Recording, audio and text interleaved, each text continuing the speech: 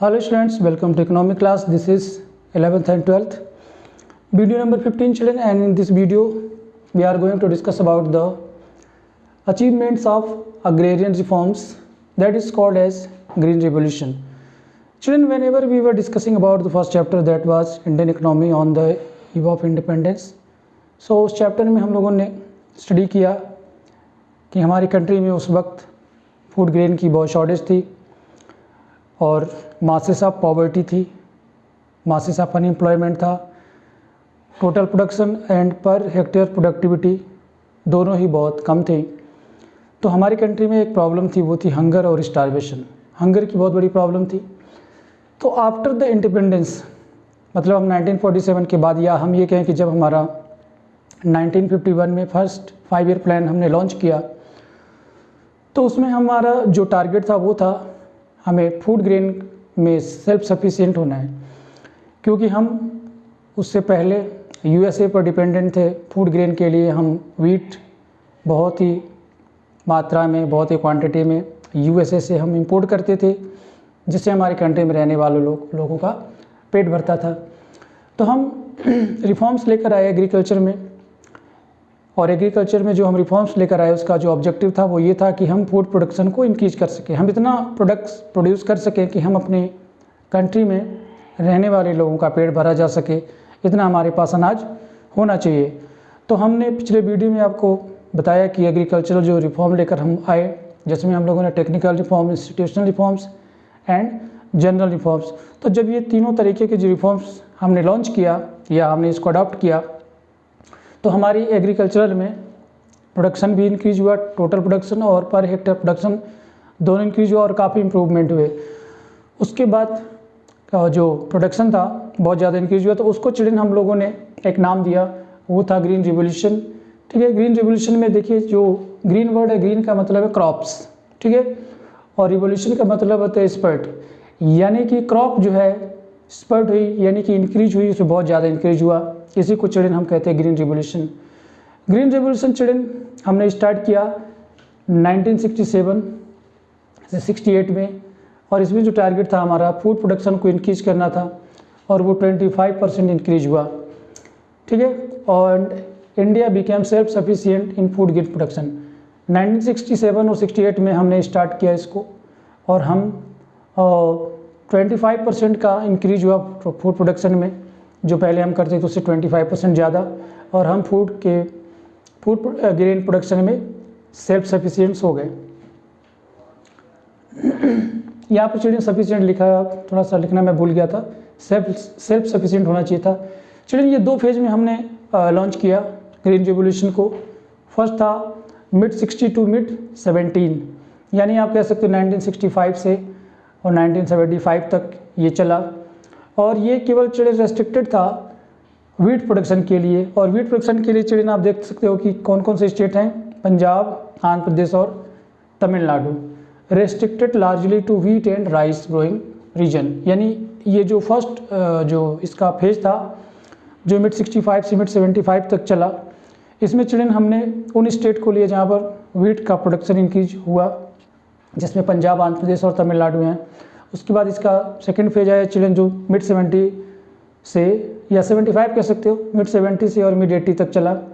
इसको चिल्ड्रन हमने पूरे एरिया को कवर किया कंट्री के, और इसमें और भी हमने प्रोडक्शन को, जैसे फर्स्ट फेज में आपने देखा कि हमने वीट और राइस को ही इंक्लूड किया था, लेकिन सेकेंड फेज में हमने और भी, जैसे कि ज्वार है, बाजरा है और पल्सेस हैं, इनको भी हमने इंक्लूड किया। तो चिल्ड्रन ये तो हो गया हमारा ग्रीन रिवोल्यूशन। उसके बाद देखते हैं इसके जो अचीवमेंट थे, हम उनको देख लेते हैं क्या क्या हुए। तो फर्स्ट चिल्ड्रन आप देख सकते हो spurt in crop productivity. Spurt का मतलब चिल्ड्रन जहाँ पर जो यहाँ पर है वही इसका यहाँ पर मतलब है, इसका मतलब इंक्रीमेंट या कह सकते हो इंक्रीज। तो क्रॉप प्रोडक्टिविटी बहुत इंक्रीज हुई। आप देख सकते हो कि वीट का प्रोडक्शन जो था वो 1951 में 660 किलोग्राम पर हेक्टेयर था, जो 2016-17 में इंक्रीज होकर 3216 किलोग्राम पर हेक्टेयर हो गया।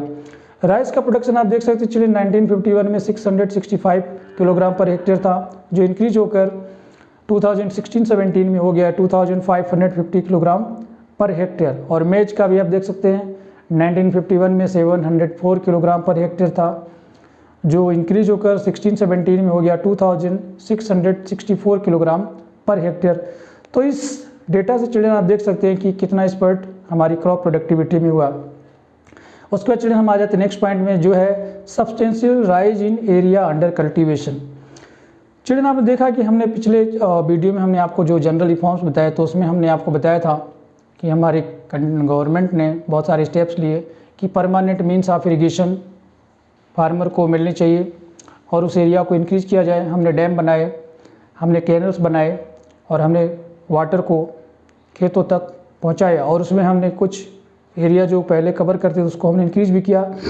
इससे क्या हुआ चिल्ड्रन, अच्छा हमने high yielding variety seed, fertiliser, insecticide, pesticides, या हम टोटली अल्टीमेट कह सकते हैं कि हमने मॉडर्न मीन्स ऑफ टेक्नोलॉजी को जब हमने यूज किया प्रोडक्शन में या एग्रीकल्चर में, तो उससे क्या हुआ कि राइज हुआ किसमें, अंडर कल्टीवेशन। जो कल्टीवेशन का जो एरिया था चिल्ड्रन वो इंक्रीज हुआ, और इससे हुआ क्या कि reduce time lag between sowing and harvesting. Sowing और हार्वेस्टिंग के बीच का चिल्ड्रन टाइम जो है अब कम हो गया। अब हम एक ईयर में ज़्यादा क्रॉप प्रोडक्ट्स प्रोड्यूस कर पाते थे अपने खेतों में।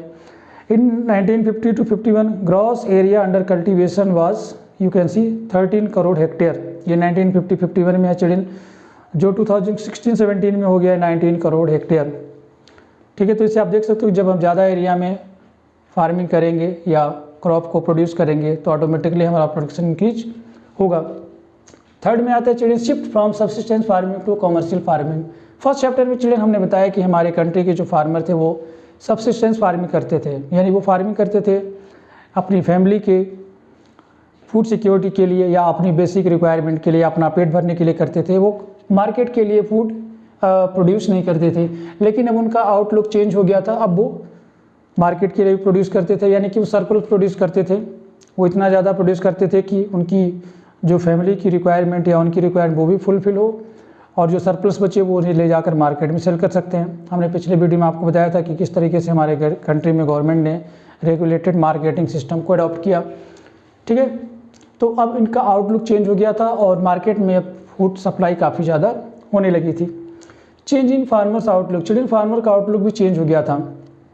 ठीक है ना, कि पहले उन्हें लगता था कि हम केवल खेती जो है करते पेट भरने के लिए कर रहे हैं, अपनी बेसिक रिक्वायरमेंट के लिए कर रहे हैं, लेकिन अब उनको लगने लगा कि एक वेंचर, एक बिजनेस बन सकता है कि हम इसमें मेहनत करेंगे, ज़्यादा प्रोड्यूस करेंगे, modern means of technology use करेंगे, जिससे हमारी प्रोडक्टिविटी और प्रोडक्शन दोनों इंक्रीज होगा, तो उसको हम मार्केट में सेल भी कर सकते हैं। जबकि पहले इनका जो आउटलुक था वो ये था कि खेती सिर्फ उनका बेसिक रिक्वायरमेंट की ज़रूरत है। उसके बाद चिल्ड्रन सेल्फ सफिशिएंसी इन फूड ग्रेन प्रोडक्शन, ये तो बहुत कॉमन सा पॉइंट चिल्ड्रन सभी को पता है कि जब हमने ग्रीन रेवोल्यूशन को अडॉप्ट किया, रिफॉर्म्स लेकर आए एग्रीकल्चर में, तो जो फूड ग्रेन हमें यूएसए से इंपोर्ट करना पड़ता था बहुत ज़्यादा, अब हमें उसकी कोई ज़रूरत नहीं थी, हमने उनसे इंपोर्ट करना बंद कर दिया, क्योंकि हमने अब प्रोडक्शन इतना कर लिया कि अब हमारे पास अपनी कंट्री में रहने वाले लोगों के लिए जितनी अनाज की ज़रूरत थी उससे हमें कहीं जाता था। और आज हमारी कंडीशन ये है चिल्ड्रन कि हम दूसरी कंट्री को फूड ग्रेन या और भी बहुत सारी चीज़ें एक्सपोर्ट कर रहे हैं। तो children this was the achievements of green revolution. So I hope कि आपको सारे पॉइंट्स समझ में आए होंगे। So that's all for this video. अगर आपको समझ में आए हैं तो आप हमारे चैनल को सब्सक्राइब करिए, वीडियो को लाइक करिए और शेयर करिए। मिलते हैं अगले वीडियो में। Till then take care and God bless you and thank you for watching the video.